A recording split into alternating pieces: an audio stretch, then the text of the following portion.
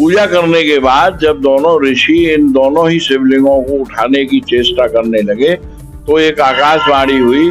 उन्हें, अरे ऋषियों, मेरा एक नाम अचलेश्वर भी है। उन्हें भगवान शंकर जी ने दर्शन दिए। उनके कोई पुत्र नहीं था। उन्हें, अगर तुम मेरी यहाँ आकर के पूजा करोगे तो तुम्हें पुत्र की प्राप्ति होगी। यथा स्थान जहाँ पर आज ये दोनों शिवलिंग हैं, उसी स्थान पर दोनों ऋषियों ने ये दोनों शिवलिंग रख दिए है। उसका वर्ष और सम्मत इस गेट के बाहर बीजक लगा हुआ है। बीजक में लगा सब लिखा हुआ है। आप चाहे तो वहां से वो फोटो आप प्राप्त कर सकते। जमदग्नि ऋषि और परशुराम ऋषि का ने ये विचार किया कि अब हमारा संध्या वंदन का समय है, वो कर लेते हैं। तो यथा स्थान जहां पर आज ये दोनों शिवलिंग हैं, उसी स्थान पर दोनों ऋषियों ने ये दोनों शिवलिंग रख दिए सामान्य तौर पर। और उन्होंने नित्य कर्म से फारिग होकर के जमुना में स्नान किया। स्नान करने के बाद में उन्होंने जो कुछ भी यहाँ पर जंगल के फल फूल थे उनसे इनकी पूजा कर दी। जब पूजा करने के बाद जब दोनों ऋषि इन दोनों ही शिवलिंगों को उठाने की चेष्टा करने लगे तो एक आकाशवाणी हुई। उन्हें, अरे ऋषियों, मेरा एक नाम अचलेश्वर भी है।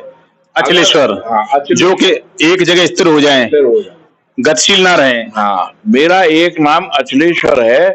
अगर तुमने मुझे यहाँ स्थापित करके पूजा सेवा कर दी है तो मैं अब इसी स्थान पर अचल हो गया।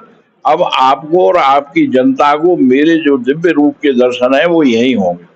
तब से ये यही अचल हो गए हैं। और कई बार मंदिर की पुनर्निर्माण भी हुए, लेकिन इन जो विग्रह हैं शंकर भगवान की, जो शिवलिंग है, इनको इधर उधर कहीं नहीं किया गया। फिर कालांतर में ये दोनों ही शिवलिंग यहाँ जमुना में बाढ़ आने से मिट्टी में दब गई।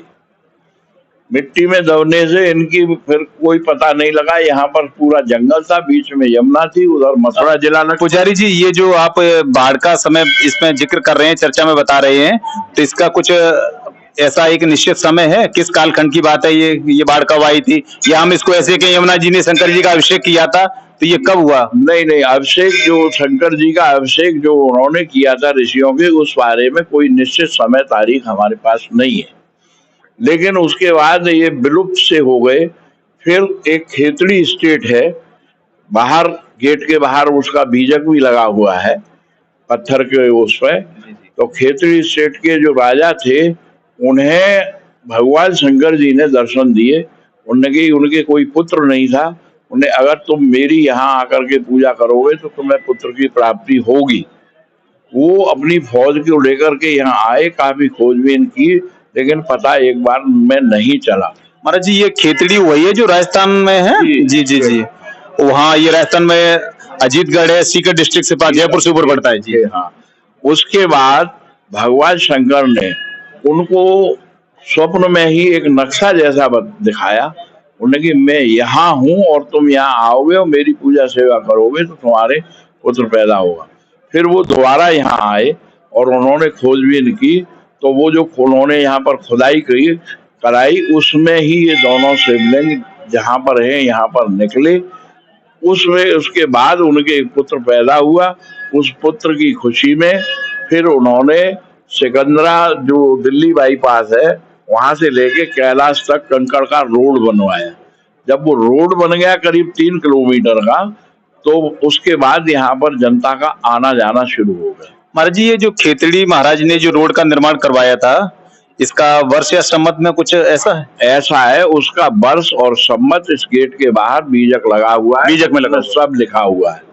आप चाहे तो वहां से वो फोटो आप प्राप्त कर सकते हैं। यही हमारे गेट पे है, बाहर लगा हुआ है। तो उन्हें फिर यहाँ पर जनता आने लग गई, पूजा सेवा शुरू हो गई। और जिन जिन भक्तों की मनोकामनाएं पूरी होती गई, उन भक्तों ने अपनी श्रद्धा से यहाँ पर, किसी ने 1 कमरा, किसी ने 2 कमरा, किसी ने दलान, इस प्रकार से धर्मार्थ यहाँ पर धर्मशालाएं बनवा दी। सन 24 में कभी बाढ़ आई, यहाँ जो पुजारियों के कच्चे मकान थे वो सब खत्म हो गए। यहाँ पर फिर लोग नहीं रहे, खाली 1924। हाँ। लगभग 100 वर्ष पूर्व। 100 वर्ष। तो उसके बाद पुजारी लोग जो है इन धर्मशालाओं में रहने लग गए और पुजारी परिवार आज भी उन्हीं धर्मशालाओं में रहता है जो यहाँ के जो धनाढ़ सेठ थे जिनने बनवाई थी। आज हम लोग ये इन्हीं धर्मशालाओं में निवास कर रहे हैं। तो ये है कि लोगों के सहयोग से, लोगों की आस्थाएं थी यहाँ पर, लोगों के कार्य सिद्ध हुए आशुतोष महाराज के आशीर्वाद से। तो लोगों ने यहाँ पर धर्मार्थ और अपना सहयोग दिया, प्रभु के चरणों में धन अर्पित किया और ये भव्य धाम शंकर जी का यहाँ निर्मित हो गया। तो पहले यहाँ पर एक हमारा पुजारी परिवार और एक और परिवार, दो ही परिवार रहते थे। धीरे धीरे आज ये पूरा गांव बन गया है, राजस्व विलेज है। जी ऐसा भी विषय आता है कि जमुना बाढ़ जब भी आती है जमुना जी में तो स्पर्श करके आपकी शिवलिंग और जाती है। ऐसा कई बार हुआ है।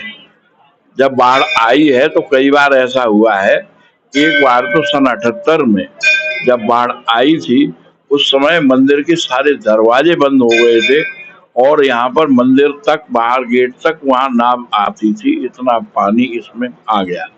इस वर्ष भी जब पानी आया तो शंकर जी को स्पर्श करके ही जमुना उतर गई। चौक में ना आकर के मंदिर में, जो मंदिर की एक नाली है उसमें होके पानी आया और करीब 3-3.5 फुट पानी मंदिर में हो गया था। शंकर जी को स्पर्श करके जमुना उतर गई। इस वर्ष पर यहाँ बाढ़ आती रही है, शंकर जी का स्पर्श किया है, उनका अभिषेक किया है और अभिषेक के बाद वो बाढ़ का पानी उतर जाता है। कई बार ऐसा हुआ है, हमारे सामने भी ऐसा हुआ है, सन 78 में भी ऐसा हुआ और इस वर्ष भी ऐसा ही हुआ कि शंकर जी को स्पर्श करके ही जमुना उतर गई।